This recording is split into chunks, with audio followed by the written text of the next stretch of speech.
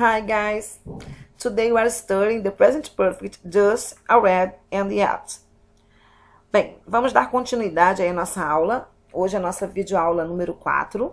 Eu coloquei para vocês logo nesse primeiro slide os conteúdos, the big screen.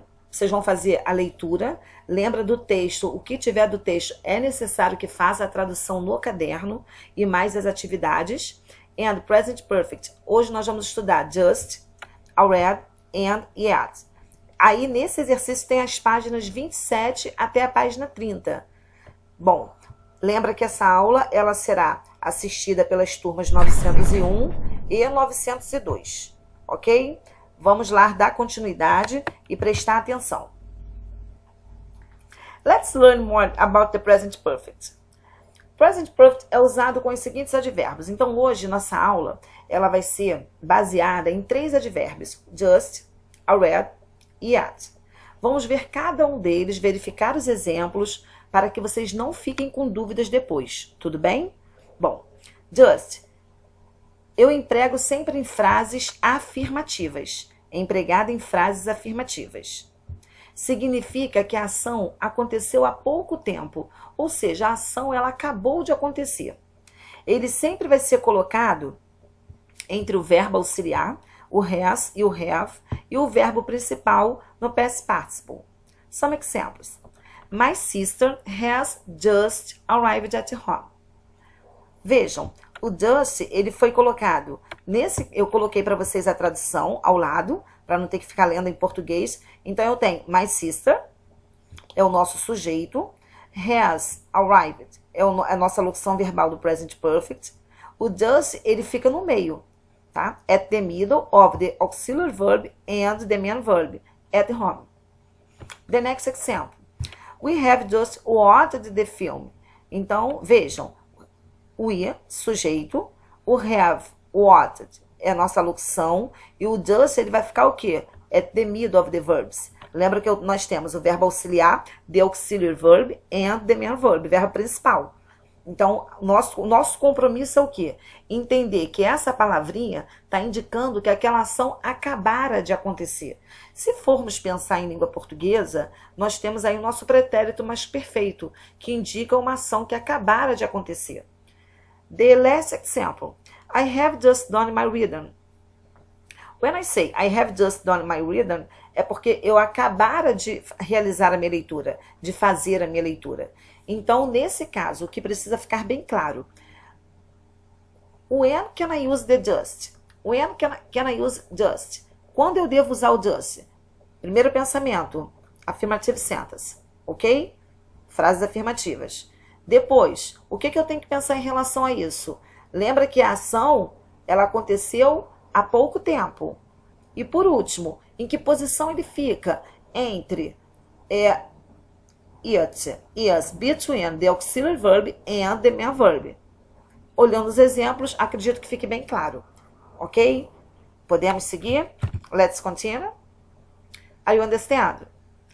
Now, I will learn already. Primeira coisa que eu penso, em que tipos de frases eu posso usar?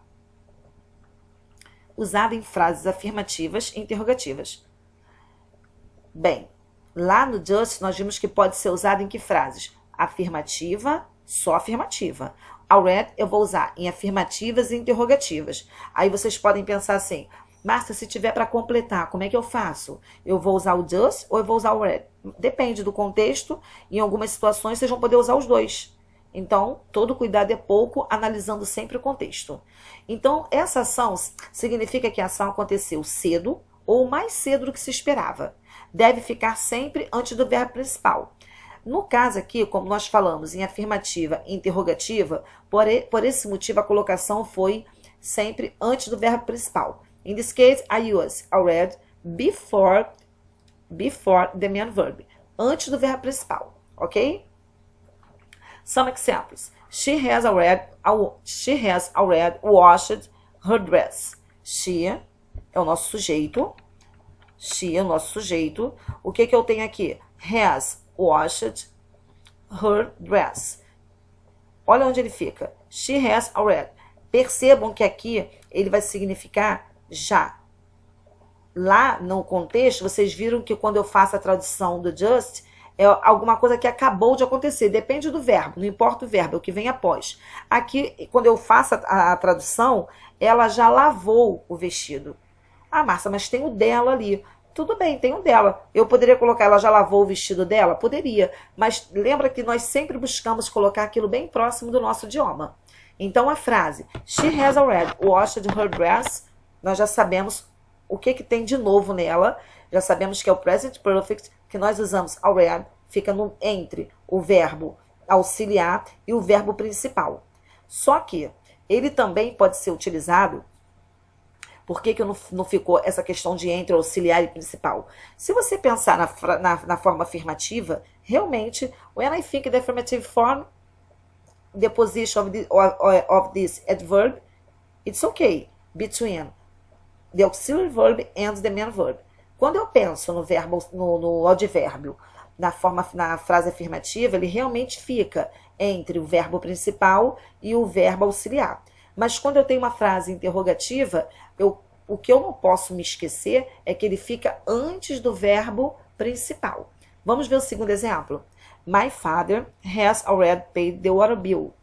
My father has already paid the water bill. Vejam, aqui é afirmativa. Então eu tenho, ó, vejam, already, entre, né? Entre, between, has, the auxiliary verb, and paid, the main verb. Ok? The last example. Has he already done the math test? Vejam, aqui eu não poderia dizer isso, ó, porque aqui eu tenho o sujeito e aqui eu tenho o verbo principal.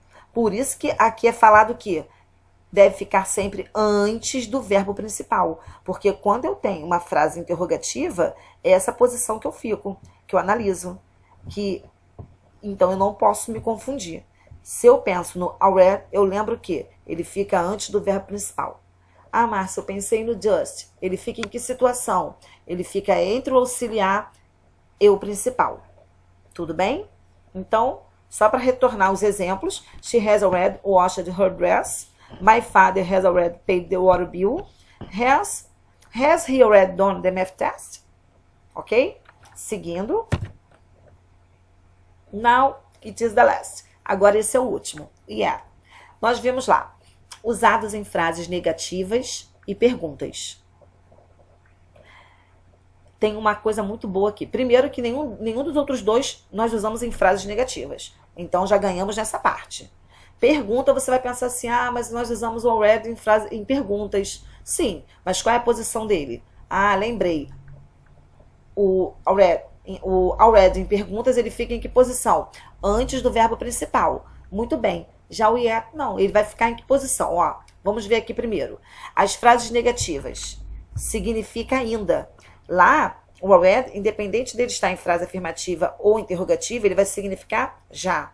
Aqui, o yet, eu tenho frases negativas, ele vai significar ainda, e frases interrogativas, ele significa já. E geralmente ele é posicionado no final da frase. Melhorou, né? Então não dá para confundir.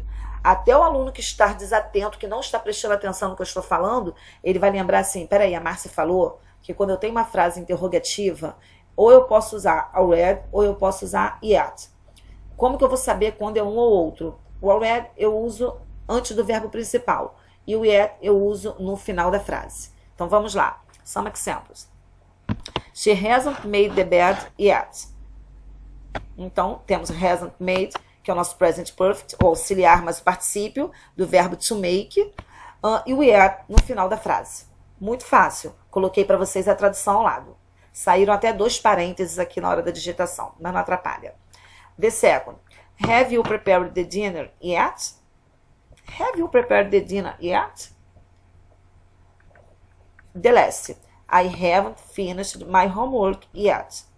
Vejam. Ou eu vou usar o yet em frases negativas, ou eu vou usar em frase interrogativa. Então, negativa, o único que nós podemos usar, que nós estamos estudando hoje, é o yet. E a negativa... Ah, Márcia, mas lá nas aulas anteriores, nós vimos o never. Mas lembra que o never, quando eu uso, eu não posso trazer a partícula not incluída. Apareceu uma frase onde eu vou misturar. No livro tem um exercício, onde vocês vão usar ever, never, since, for, yet, already e just. Apareceram todos juntos? Sim, tem que saber quando pode usar cada um. Isso vai acontecer nas avaliações também. Então, se tiverem dúvidas, mandem as dúvidas lá para o e-mail. Tudo bem? Ok? Bem, agora nós vamos aí, a correção da página 25. Anotem direitinho. Essa é a nossa correção. Coloquei para vocês do jeitinho que está sendo solicitado. E qualquer dúvida podem apresentar. Tudo. Now we are reading the stick notes. Agora nós estamos lendo aí nossos lembretes, né? É muito importante que vocês fiquem atentos. É uma aula curta, mas vocês conseguem entender. Também é aquele momento que você para assistir. E acredito que vocês estão fazendo o máximo, pois eu tenho recebido assim vários retornos. Eu tenho a listagem, não se preocupem, eu tenho anotado todos os alunos que estão enviando e o retorno está sendo bem satisfatório. Então vamos lá. Vocês vão copiar todo o conteúdo dos slides no caderno, fazer as páginas de 18 a 21 e 27 a 30, vão enviar as respostas para o e-mail professoramarciacostasilva@gmail.com. A data de envio é dia 20 de abril. Tentem obedecer esse prazo, porque a caixa de e-mail está lotada, e eu preciso ter um tempo lá para conseguir fazer baixa nos trabalhos, porque eu abro cada um, eu leio o que vocês mandam, ainda que eu mande o gabarito depois, eu já peguei arquivo que o aluno esqueceu por algum motivo, enviou como se estivesse me dando uma posição, e quando eu abri o arquivo estava vazio. Então, eu já abria antes, agora então é mais um motivo para abrir, né? Mas de qualquer maneira faz parte, não tem problema não, engano todo mundo comete. Então, temos aí a nossa data, 20 de abril. No campo, assunto do e-mail, coloquem turma 901 ou turma 902, mais o nome completo. Isso facilita bastante, ok? Bye, bye!